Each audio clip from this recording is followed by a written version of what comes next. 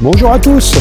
Alors une petite vidéo aujourd'hui qui va parler d'une analyse de la self-défense qui a été faite par le coach Genki Muay Thai. Donc si vous ne connaissez pas sa chaîne, je vous invite à aller la voir. Et puis je vais mettre le lien en description de la vidéo qui correspond au sujet.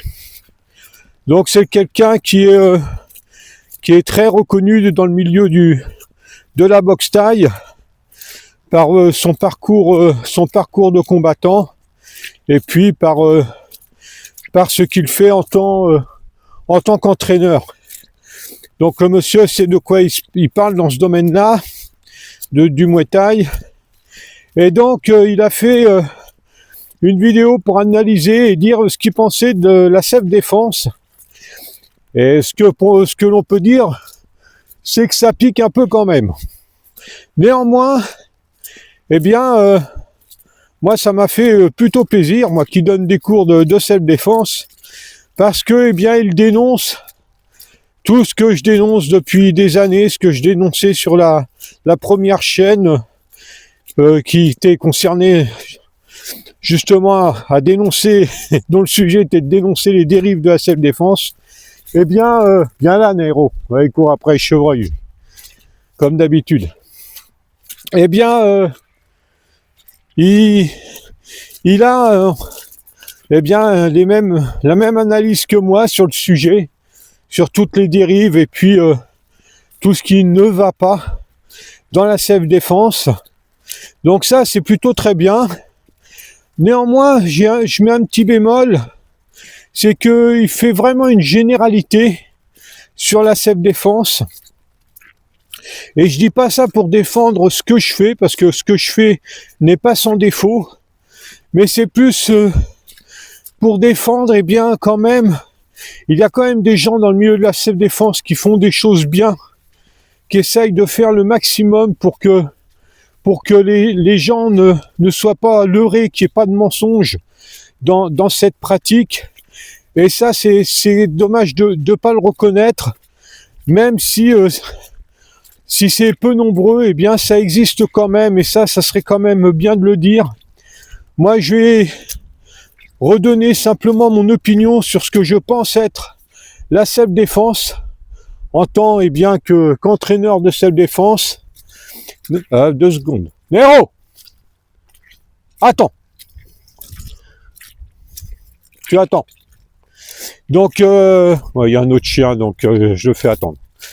Donc, oui, moi je vais redonner une nouvelle fois mon opinion sur ce qu'est la self-défense. Pour moi, la self-défense, c'est se donner une chance supplémentaire, de petites chances supplémentaires de s'en sortir. Pour moi, en self-défense, il n'y a pas de technique fiable à 100%. Pourquoi ? Parce que l'agression de rue est trop aléatoire. Ceux qui agressent, c'est vraiment des animaux. Donc il n'y a rien de sûr en self-défense, en ce qui est proposé en termes techniques en self-défense, même si on essaye de faire le plus réaliste possible.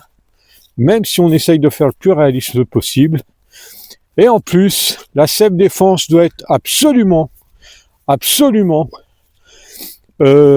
mixé avec du pied-point. C'est indispensable. Et quand je dis ça, je parle pas de faire des champions de boxe françaises, de kickboxing, de boxe thaï ou d'anglaise, non. Je parle de s'entraîner au pied-point, à donner les coups de poing, à donner les coups de pied et à faire du sparring de pied-point. C'est indispensable en complément de la self-défense. Il y a plein d'occasions d'agression de rue, de cas d'agression de rue, où vous pouvez faire toutes les techniques de self-défense que vous voulez. Si vous n'avez pas une base correcte de pied-point, vous serez démonté. Et ça, c'est un langage de vérité. Donc ça, c'est absolument important à retenir. Et puis, il y a d'autres gens qui font aussi le boulot très bien en self-défense et qui ont, eh bien, aussi peut-être un point de vue un peu différent du mien, mais on se rejoint sur beaucoup de choses et qui essayent aussi de faire les choses correctement dans ce monde de dérive, dans ce monde de farfelus et dans ce monde d'escrocs qu'il peut y avoir dans la self-défense. Donc moi j'ai vraiment apprécié la vidéo de coach Genki Muay Thai, vraiment apprécié parce qu'elle rejoint entièrement ce que je pense, même si je donne des cours de self-défense, entièrement à 100%. Néanmoins, j'aurais aimé qu'il fasse un petit bémol quand même, qu'il n'ait pas une opinion totalement globale comme ça. Mais bon, ça c'est pas le plus important de sa vidéo. Je fais un petit rappel que j'ai déjà fait. J'encourage vivement tous les pratiquants de self-défense et coachs de self-défense d'aller faire un petit tour dans un club de boxe thaï, allez vous confronter un petit peu à des boxeurs thaï.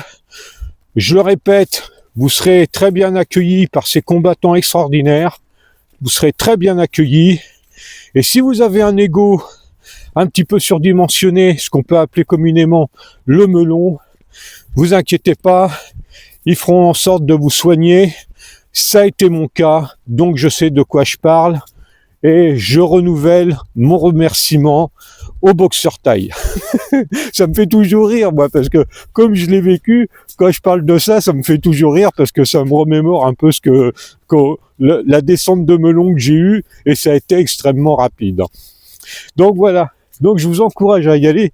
Vous allez voir, ils sont super. Mais c'est vrai qu'ils sont super. Là, c'est pas ironique ce que je dis. C'est vraiment des combattants super. Puis j'ai toujours été bien accueilli en plus. Mais quand faut faire redescendre le melon, ils savent le faire. Et ça, c'est bénéfique. C'est bénéfique. Ça fait du bien. Donc voilà. Je vous mets le lien. N'hésitez pas à aller voir sa chaîne à ce monsieur parce que c'est vraiment très bien. Quand il parle de la boxe thaï, les conseils de boxe thaï, on voit que c'est quelqu'un qui a un super niveau, qui sait de quoi il parle, et ça c'est toujours intéressant, c'est toujours enrichissant. Donc n'hésitez pas à y aller, vous ne serez pas déçus par cette chaîne.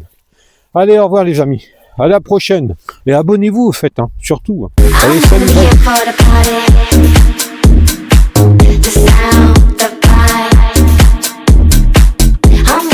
For the